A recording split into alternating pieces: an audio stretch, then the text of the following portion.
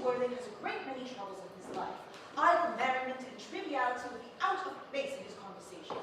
You must remember his most constant anxiety, that unfortunate young man, his brother. I wish Uncle Jack would allow that unfortunate young man, his brother, to come down here sometimes. Oh, we might have a good influence over him, Miss Prism. I am sure you certainly would. You know, things like German and geology, and things of that kind influence a man very much. I do not believe that even I can have any effect on a character that, according to his own brother's admission, is irretrievably weak and vacillating. Indeed, I am not sure I would desire to play him. I do not hold to this modern notion of turning bad people into good people at a moment's notice. As a man sows, so let him reap. Ooh. You must put away your diary, Cecily. Indeed, I am not sure why you should keep a diary at all. I keep a diary in order to enter all the wonderful secrets of my life.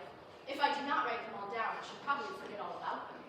Memory, my dear Cecily, is a diary we all care about. Yes, but it usually only chronicles the things that have never happened, and couldn't possibly have happened.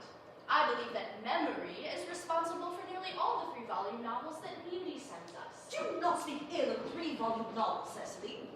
I wrote one myself in younger days. Did you really, Miss Prism? Oh, how wonderfully clever you are. I hope it did not end happily.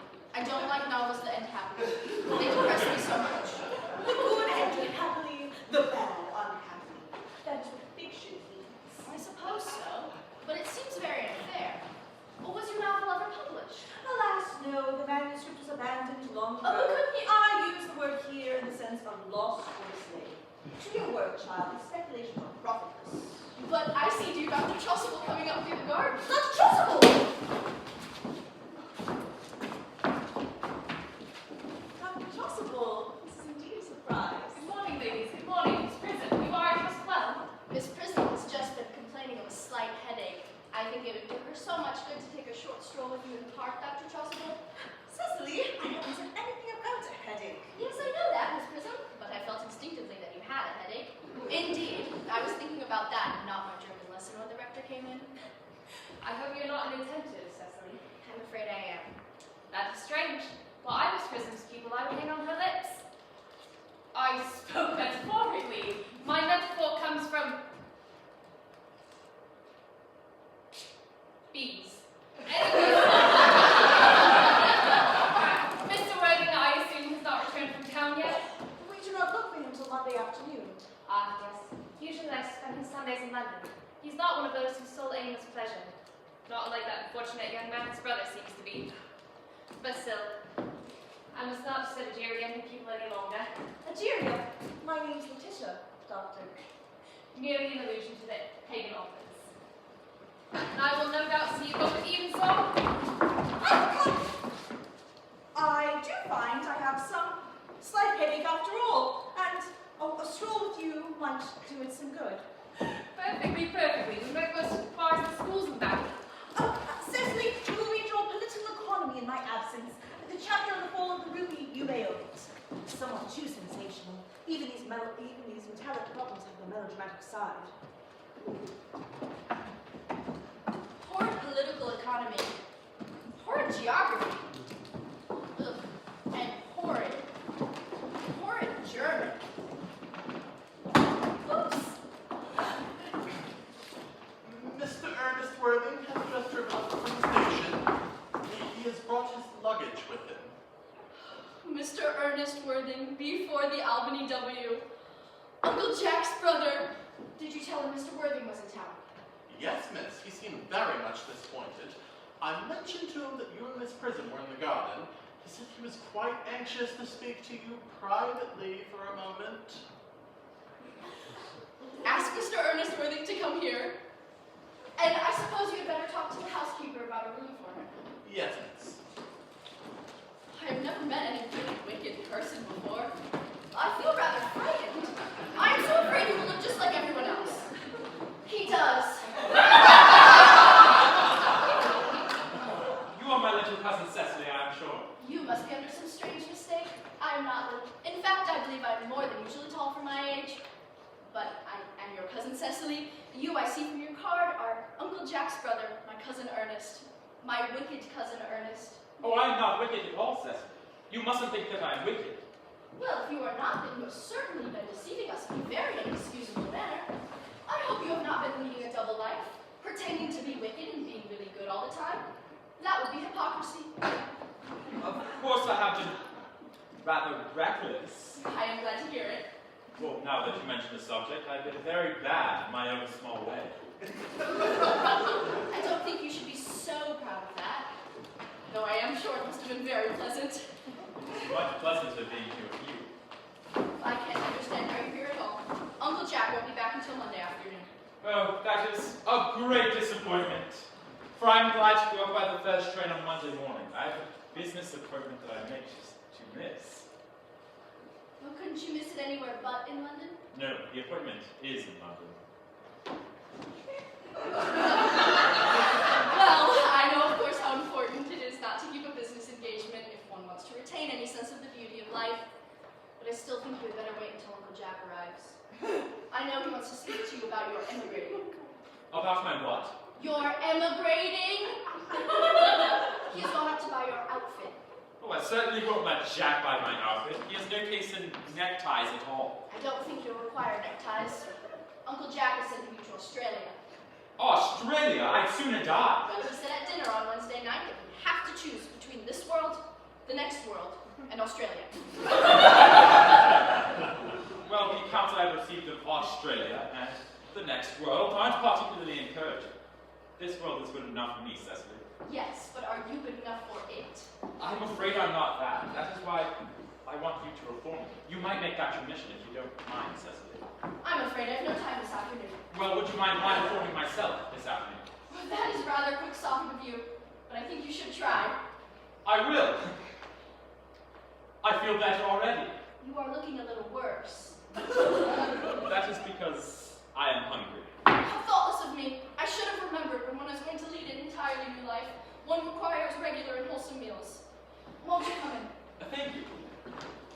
Might I have a buttonhole first? I never have any appetite unless I have a buttonhole. A Marshall meal? No, I'd sooner have a pink rose. Why? Because you are like a pink rose, Cecily. I don't think it would be right for you to talk to me like that. Miss Prism never says such things to me. Well, then Miss Prism is a short-sighted old lady. You are the prettiest girl I ever saw. Miss Prism says that all good looks are a snare.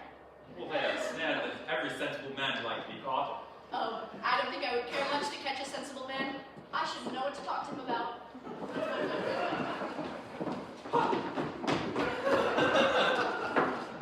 You're too much alone, dear Dr. Chasuble. You should get married. A misanthrope I can understand. A woman-thrope, never. Please do not use so neologistic a phrase. The precedent as well as the practice of the primitive church is strictly against matrimony. It is obviously the reason why the primitive church has not lasted until the present day. You do not seem to realize, dear doctor, that by remaining persistently single, a man converts himself into an object of public temptation. Men should be more careful. It is this very celibacy that can lead weaker vessels astray.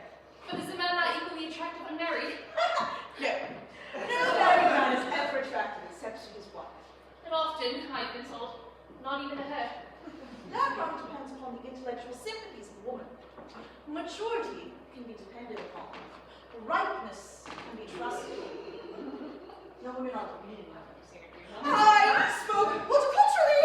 My metaphor was drawn from fruits. But where is Cecily? Perhaps your father sent schools and back. Perhaps. Mr. Worthing! We did not look for you until Monday afternoon. Oh, I have returned sooner than I expected. Dr. Chasuble, I hope you're well. Mr. Worthing, I hope that this cargo boat is not provoking some terrible personal calamity. My brother. More shameful debts and extravagance. Still leading his life of pleasure. Dead. Quite dead. Your brother Earnest dead. What a lesson for him. I trust he shall profit by it. My sincerest condolences, Mr. Worthing. You at least have the consolation of knowing that you were always the kindest and most forgiving of brothers. Poor Earnest. He had many faults, but it is a sad, sad word. Very sad indeed. Were you with him at the end? No, he died abroad, in Paris, in fact. I had a telegram last night from the manager of the Grand Hotel. Was the cause of death mentioned? A severe chill, it seems. As a man so let him reap. Charity, Miss Prism, charity. No man is perfect. I myself am peculiarly susceptible to drafts. So, will the interment be taking place in town? No, he seemed to have expressed a desire to be buried in Paris. In Paris? Well, that hardly points any very serious state of mind at the last. But you no doubt wish me to make some slight allusion to this tragic affliction at the Sunday service. You know, my sermon on the meaning of manna and the wilderness can be adapted to almost any occasion. Joyful. Or in this case, distressing.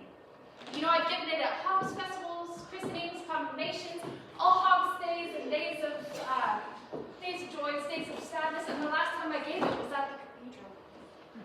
As a charity sermon on behalf of the Society for Prevention of Discontentment among the Upper Orders and the bishop who was there. And he was quite struck with some of the analogies I drew. You mentioned christenings, I think, Dr. Chaucerville. I suppose you know how to christen all right. I mean, you are continually christening, aren't you? It is, I regret to say, one of the rector's most constant duties in the parish. I have often spoken to some of the poorer classes on the subject, but they don't seem to know what thrift is.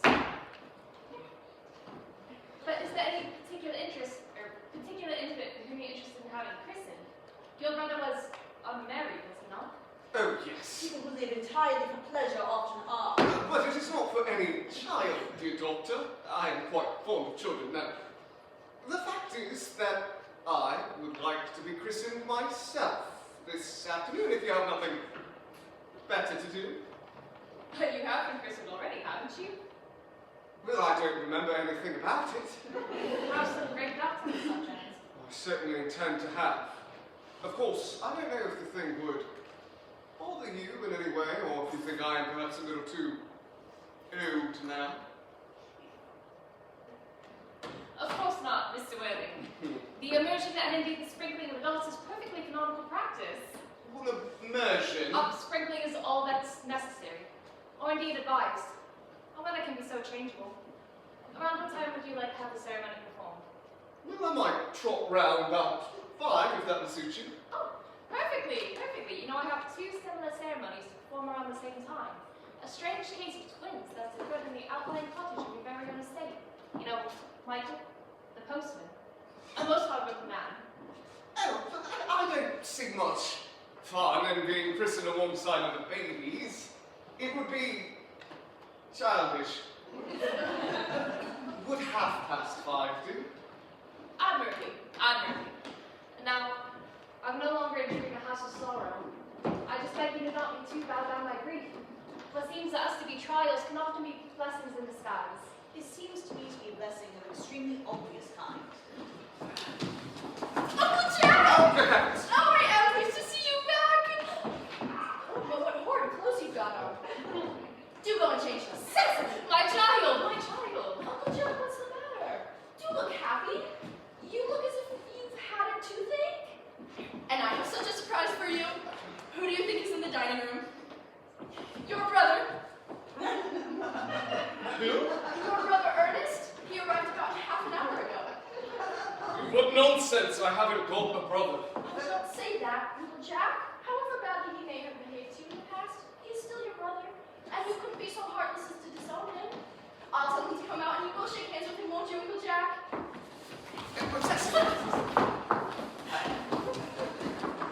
Why, these are joyful tidings.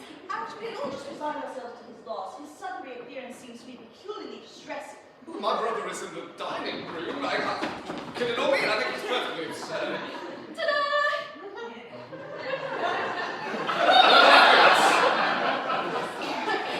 Brother John, I've come down to tell you that I'm very sorry for all the trouble I've given you, and that I intend to lead a better life in the future. Uncle Jack, you are not going to refuse your own brother's hand. Well, nothing will induce me to take his hand. I think his being here disgraceful. He knows perfectly well why. Uncle Jack! Do be nice. Oh, there is some good in everyone. Ernest has just been telling me about his poor invalid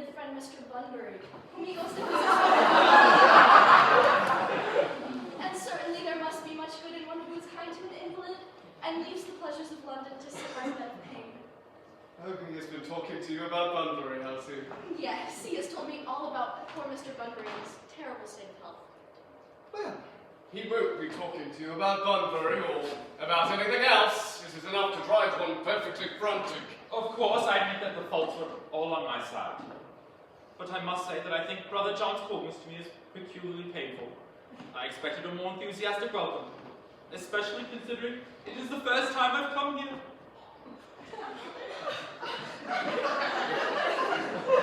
Uncle Jack, if you don't shake hands with Ernest, I will never forgive you. You'll never forgive me. Never, never, never.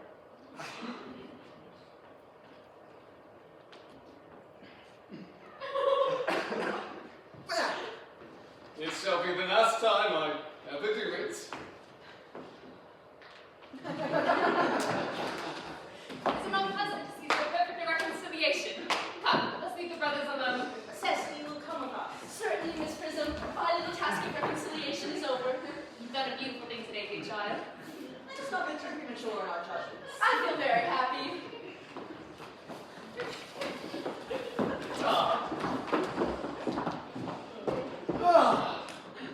You young scoundrel Algy, you must get out of this place at once! I don't have any Bunbury here!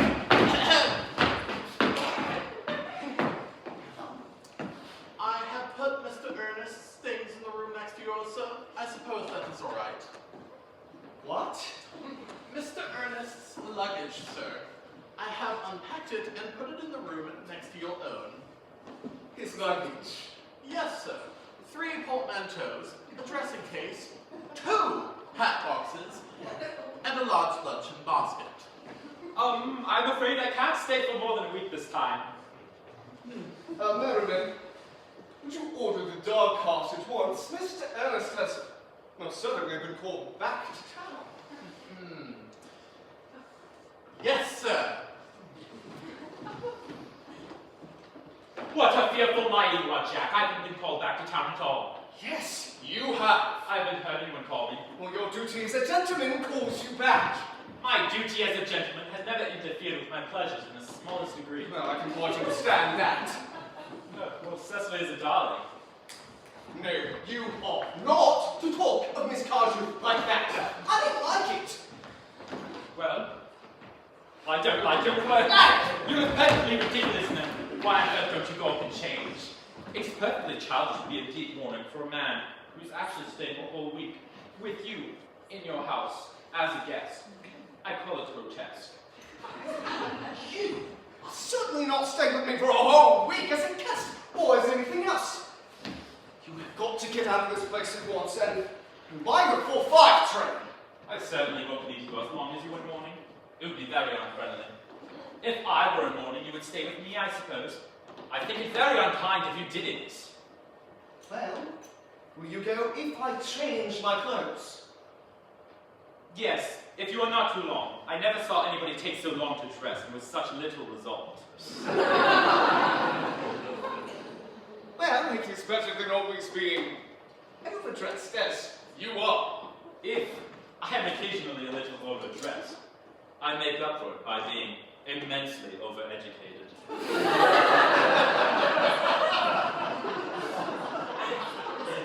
Your vanity is ridiculous. Your conduct, an outrage, and your presence in my garden, utterly absurd. However, you have got to get out of here and buy the 4-5 train. And my dear Algy, I do hope you have a pleasant journey back to town. This bunkering, as you call it, has not been a great success for you. I think it has been a great success. I'm in love with Cecily and that is everything. But I must go and see her before I go and make arrangements for another Bunbury. Ah, there she is. Oh, I merely came back to order the roses. I thought you were Uncle Jack. He's going to order me the dog cart. Is he going to take you for a nice drive? He's going to send me away. Then, have we got to part? I'm afraid so. It is a very painful parting. It is always painful to part from anyone whom one has only known for a very brief space of time. The absence of old friends friends one can endure with equanimity, but even a momentary separation from anyone whom one has only met just now is almost unbearable. The dog cart is at the door, sir. It can wait, Marion, for 5 minutes. Yes, miss.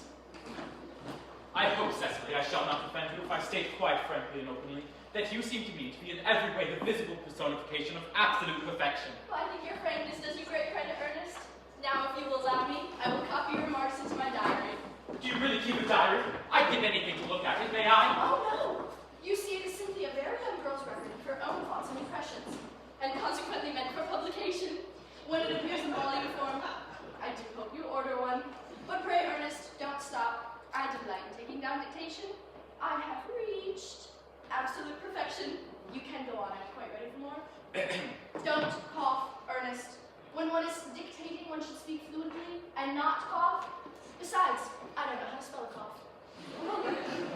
Cecily, ever since I looked upon your wonderful and incomparable beauty, I have dared to love you, wildly, passionately,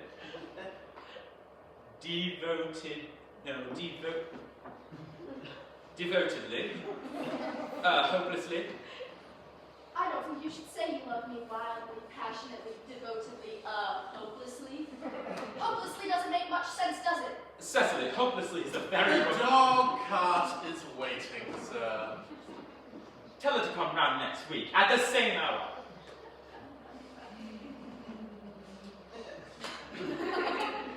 Yes, sir. Uncle Jack would be very much glad if he knew you were staying on until next week at the same hour. Oh, I don't care about Jack. I don't care about anyone in the whole world except for you. I love you, Cecily. You will marry me, won't you? You silly boy, of course. Why, we have been engaged for the last 3 months. For the last 3 months. Yes, it will be exactly 3 months on Thursday. But how did we become engaged? Well, ever since Uncle Jack first confessed to us that he had a younger brother, who was very wicked and bad indeed, you, of course, have formed the chief topic of conversation between myself and Miss Prism. And any man who's much talked about is always very attractive. One feels there must be something in him after all. I dare say it was foolish of me, but I fell in love with you, Ernest. But Cecily, when was the engagement actually settled? On the 14th of February last. Worn out by your entire ignorance of my existence, I was determined to end the matter one way or another. And after a long struggle with myself, I accepted you under this dear old tree. The next day I went out and bought this little ring in your name and this little bangle with the true lover's knot I promised you always to wear. Did I give you this? It is very pretty, isn't it? Yes, you've wonderfully good taste, Ernest. It's the excuse I've always given for your leading such a bad life. And this is the box in which I keep all your dear letters. My letters? But my own sweet Cecily, I've never written you any letters. You need hardly remind me of that, Ernest. I remember only too well having to write all your letters for you. I wrote always 3 times a week, sometimes oftener. Oh, do let me read them, Cecily. I couldn't possibly. They would make you far too conceited. The 3 you wrote me after I had broken off our engagement are so beautiful and so badly spelled. And even now I have a hard time reading them without crying a little. Was the engagement actually broken off? Of course it was. On the 22nd of last March. You can see the entry if you'd like. Today I broke off my engagement with Earnest. I feel it is better to do so. The weather still continues charming. Why on earth did you break it off, Cecily? What had I done? Well, I had done nothing at all. I'm very much hurt indeed to hear that you broke it off. Particularly when the weather was so charming. It would hardly have been a really serious engagement if it hadn't been broken off at least once. But I forgave you before the week was out. You are a perfect angel, Cecily. You dear romantic boy. I hope your hair curls naturally, does it? Yes, darling. With a little help from others. I am so glad to hear it. You will not break off our engagement again, Cecily? I don't think I could now that we've actually met. There is, of course, the question of your name. Yes. Yes, of course. You must not laugh at me, darling. But it has always been a girlish dream of mine to love someone whose name was Earnest. There is something in that name that seems to inspire absolute confidence. I pity any poor married woman whose husband is not called Earnest. But you don't mean to say that you couldn't love me if I had some other name? Oh, but what other name? Well, any name you like. Algernon, for instance. I don't like the name Algernon. My own sweet, loving, little darling. I really can't see why you should object to the name of Algernon at all. It is not at all a bad name. In fact, it is rather an aristocratic name. Half of the chaps who get into the bankruptcy court are called Algernon. But seriously, Cecily, if my name was Algie, couldn't you love me? I might respect you, Ernest. I might admire your character. But I fear I could not give you my undivided attention. Ah, Cecily, your rector here is, I suppose, thoroughly experienced in the practice of all the rites and ceremonies of church. Yes, Dr. Trustable is a most learned man. He has never written a single book, so you can imagine how much he knows. I must see him at once. Our most important christening. Our most important business. Oh, I shan't be away for more than half an hour. well, given that we have been engaged since February the 14th, and we have only met for the first time today, I think it is rather hard you should leave me for so long a period as half an hour. Couldn't you make it 20 minutes? I'll be back in no time. What an impetuous boy he is. I like his hair so much.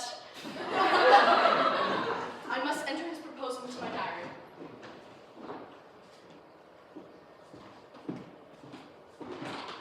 A Miss Fairfax has just called to see Mr. Worthing on very important business, Miss Fairfax states. Isn't Mr. Worthing in his library? Mr. Worthing went over in the direction of the rectory some time ago. Pray tell the lady to come here. And you can bring tea. Yes. Miss Fairfax. I assume one of the many good elderly women associated with Uncle Jack and some of his philanthropic work in London. I don't quite like women who are interested in philanthropic work. I think it is so forward of them. Miss Fairfax. Pray, let me introduce myself to you. My name is Cecily Cardew. Cecily Cardew. What a sweet name. Something tells me that we are going to be great friends. I like you already more than I can say. And my first impressions of people are never wrong. How nice of you to like me so much after we've only known each other such a comparatively short amount of time. Pray, sit down. I may call you Cecily, may I not? With pleasure, And you will always call me Gwendolyn, won't you? if you wish. Then that matter is quite settled then, is it not? I hope so. Perhaps now is a favourable opportunity of me telling you who I am.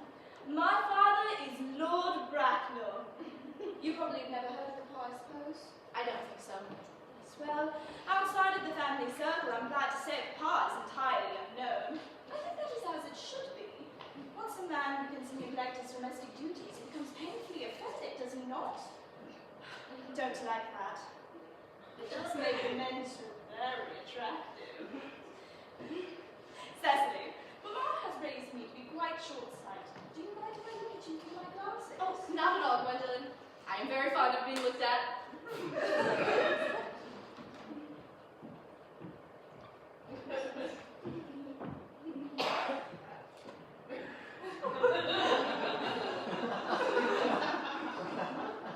You are here on a short visit, I suppose? Oh, no, I live here.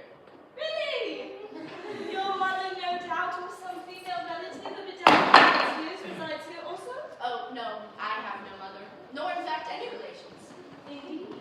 My guardian, with the assistance of Miss Prism, has the arduous task of looking after me. Your guardian? Yes, I am Mr. Worthing's ward. Oh, he never mentioned to me that he had a ward. How secretive of him. He grows more interesting hourly. However, I'm not sure that this news sparks me with feelings of unmixed delight. I am very fond of you, Cecily, and I've liked you ever since I met you. But I am bound to state that now that I know that you are Mr. Worthing's ward, well, I wish you were a little older than you seem to be, and slightly less alluring in appearance. emphatically. Pray do. I think whenever anyone has anything unpleasant to say, one should always be quite candid. Well, to speak with perfect candor, Cecily, I wish you were fully 42 and more than unusually plain for your age. Ernest has a strong, upright nature. He is the very soul of truth and honor. Disloyalty would be as impossible to him as deception.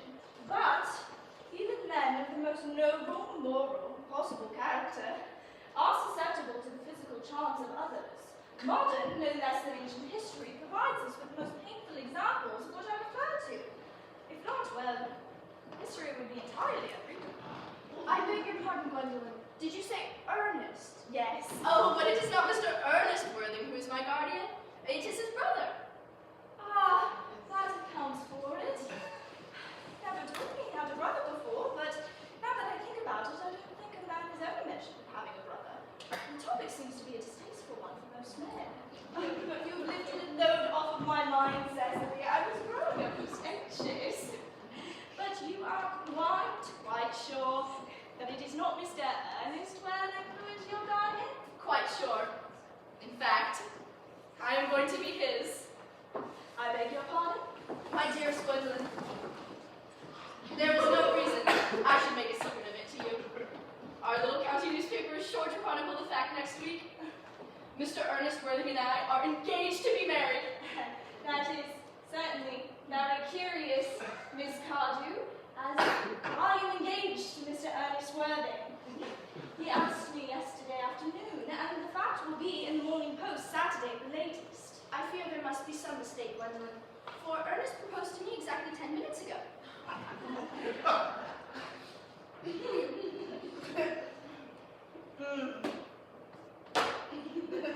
I fear there is a slight error, Miss Cardew, as Mr. Earnest Worthing asked me to be his wife yesterday afternoon at 5:30. I pray you verify the incident. I never leave home without my diary. One should always have something sensational to read on the train. Oh, I am sorry, dear Cecily, if it's of any disappointment to you, but I am afraid that I have prior claim. It would distress me more than I could tell you, dear Gwendolyn, if it caused you any mental or physical anguish. But I feel bound to point out the fact that since Ernest proposed to you, he has clearly changed his mind. If I have found the poor fellow has entrapped himself into a foolish promise, I shall consider it my duty to rescue him, and with a firm hand. Whatever unfortunate entanglement my dear boy may have gotten into, I will never reproach him with it after we are married. Do you allude to me, Miss Cardew, as an entanglement? You are presumptuous. It has become more than one's moral duty to speak their mind. It has become a pleasure. Do you suggest, Miss Fairfax, that I entrapped Ernest into an engagement? How dare you? This is not a time for wearing the shallow mask of manners. When I see a spade, I call it a spade. How would I have never seen a spade? It has grown increasingly obvious that our social spheres are widely different. Shall I lay tea here as usual, miss? Yes, as usual.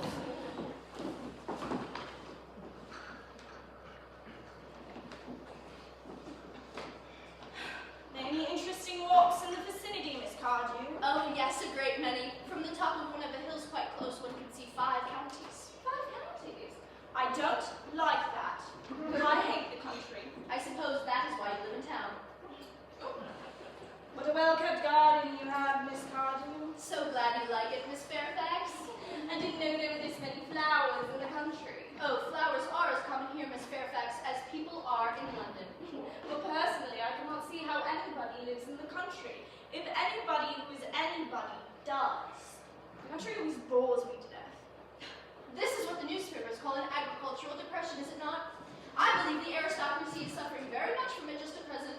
It is almost an epidemic amongst them, I am told. May I offer you some tea, Miss Fairfax? Yes. Detestable girl, but I require tea. Sugar?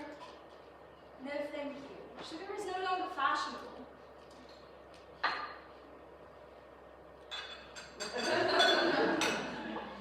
Cake or bread and butter?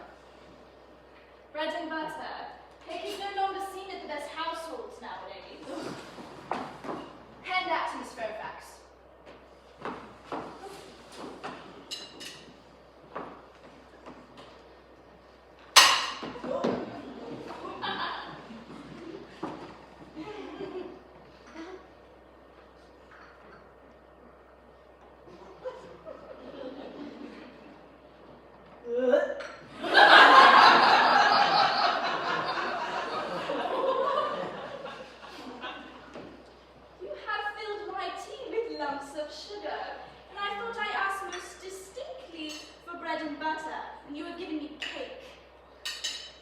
Now I am known for the gentleness of my disposition, and the extraordinary sweetness of my character, but I warn you, Miss Cardew, you may go too far. To save my poor, innocent, trusting boy from the machinations of any other girl, there are no lengths to which I will not go. From the moment I met you, I distrusted you. I thought you were false and deceitful, and I've never been deceived in such manners. My first impressions of people are irrevocably right. It seems to me, Miss Fairfax, that I am trespassing on your valuable time. No doubt you have many calls of a similar character to make in the neighborhood. Ernest? My own Ernest? Gwendolyn, darling! A moment. Are you engaged to be married to this young lady? Oh, to dear little Cecily! Of course not. What could have put such an idea into your pretty little head? Thank you, you may. I knew there must have been some mistake, Miss Fairfax. The gentleman whose arm is at present around your waist is my dear guardian, Mr. John Worthing. I beg your pardon, But this is okay. Jack. Here is Ernest. My own love. A moment, Ernest. May I ask you, are you engaged to be married to this young lady? To what young lady? Oh, good heavens, Gwendolyn! Yes, to good heavens, Gwendolyn. I mean, to Gwendolyn. Of course not. What could have put such an idea into a pretty little head? Thank you. You may. There may be a slight error, Miss Cardew. You see, the gentleman whose arm is currently around your waist is my cousin, Mr. Algernon Moncrief. Algernon Moncrief. Are you called Algernon? Well, I cannot deny it. Are you really called John? I could deny it if I liked. I could deny anything if I liked, but my name certainly is John. It has been drawn for years. A gross deception has been practiced against both of us. My poor wounded Cecily. My sweet wronged Gwendolyn. You will call me sister, will you not?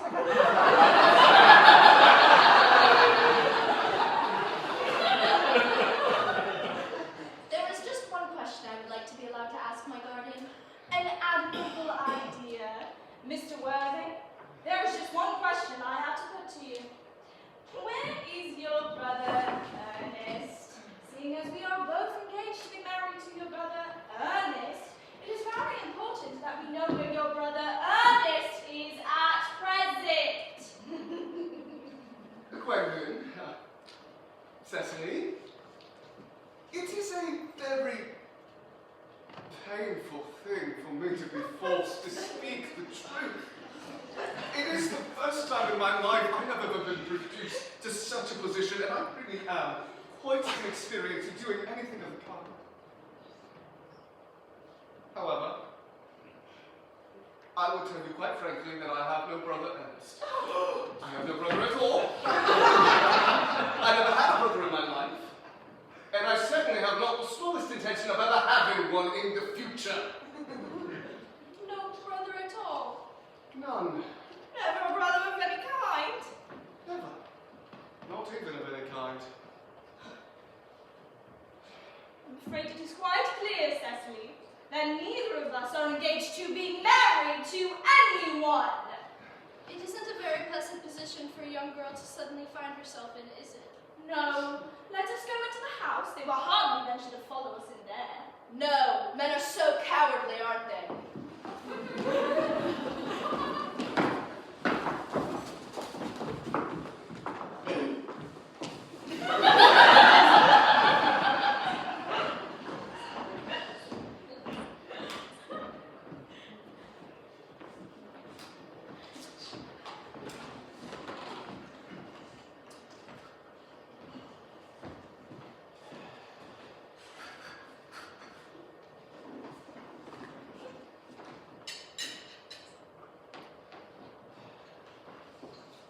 So, this state of things is what you call unburying, I suppose. Yes. And what a wonderful Bunbury it is, too. The most wonderful Bunbury I've ever had in my entire life. Well, you have absolutely no right whatsoever to Bunbury here. That's absurd. One has a right to Bunbury anywhere one chooses. Every serious Bunburyist knows that. Serious Bunburyist? Well, one must be serious about something if one wants to have any amusement in life. I happen to be serious about Bunbury. What on earth you are serious about, I haven't got the remotest idea. About everything I should fancy. You have such an absolutely trivial nature. Well, the only small satisfaction I have in the whole of this wretched business is that your good friend Bunbury is quite exploded. You won't be able to run down to the country quite so often as you used to do, dear Algy. A very good thing, too. Your brother is a little off-colour, isn't he, dear Jack? You won't be able to disappear to London quite so frequently as your wicked custom was. And not a bad thing either. As for your conduct towards Miss Cargy, I must say that your taking in of a sweet, simple, innocent girl like that quite inexcusable. To say nothing of the fact that she is my ward. I can see no possible defence for your deceiving a brilliant, clever, thoroughly experienced young lady like Miss Fairfax, to say nothing of the fact that she is my cousin. I wanted to be engaged to Gwendolen, that is all. I love her. Well, I simply wanted to be engaged to Cecily. I adore her. There's certainly no chance of your marrying Miss Cargy. I can see no likelihood, Jack, of you and Miss Fairfax being united. Well, it is no business of yours. If it were my business, I wouldn't talk about it. Only people like stockbrokers do that. And then merely at dinner parties. Oh.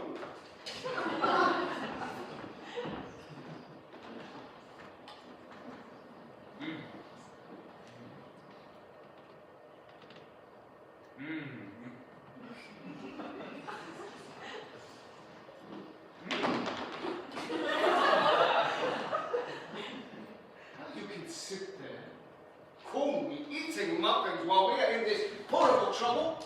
I can't quite make out. You seem to me to be perfectly harmless. Well, I can't eat muffins in an agitated manner. The butter would probably get on my cuffs.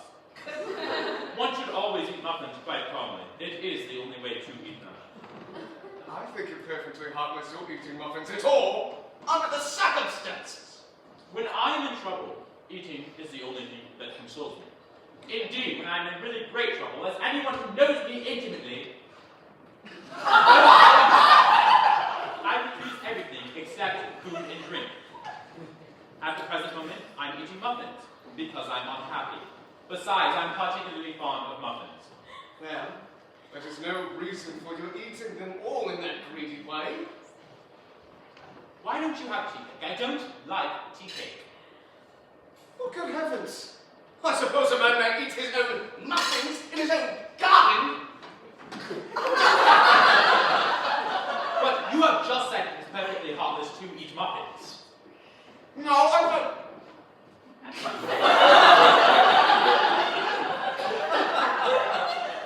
I said it was perfectly heartless of you, under the circumstances. That is a very different thing. That may be, but the muffins are the same. Algy, I wish to goodness you would go. You can't possibly ask me to go without having some dinner. It's absurd. No one ever goes without having their dinner, except for vegetarians. Besides, I've just made arrangements with Dr. Choswell to be christened at 5:45 under the name of Earnest. My dear fellow, the sooner you give up that nonsense, the better. I have already made arrangements this morning for Dr. Choswell to be christened at 5:30, and I naturally will take the name of Earnest. Gwendolen would wish it. We can't both be christened Earnest. It is absurd. Besides, I have a perfect right to be christened if I like. There is absolutely no evidence at all of my ever having been christened by anybody. And I should think it extremely probable I never was. So does Dr. Choswell. It is entirely different in your case. You have been christened already. Yes, but I've not been christened for years. Yes! But you have been christened! That is the important thing! Quite so. So I know my constitution can stand it. If you're not quite sure you're ever having been christened, I must say I think it's rather dangerous you're venturing on now. It might make you very unwell. Besides, you can hardly have forgotten that someone very closely connected with you was very nearly carried off this week in Paris by a severe chill. Yes, but you said a severe chill was not hereditary. It used to be. I know, but I dare say it is now. Science is always making wonderful improvements in things. Well, that is nonsense. You never talk anything but nonsense. Jack, you are at the muffins again. I wish you wouldn't. There was only 2 left. I told you I was particularly fond of muffins. Well, I hate tea cake. Then why on earth do you allow tea cake to be served up for your guests? What idea do you have of hospitality? Algernon, I wish to goodness you'd go. I don't want you here. Why don't you go? I haven't quite finished my tea yet, and there's still 1 muffin left.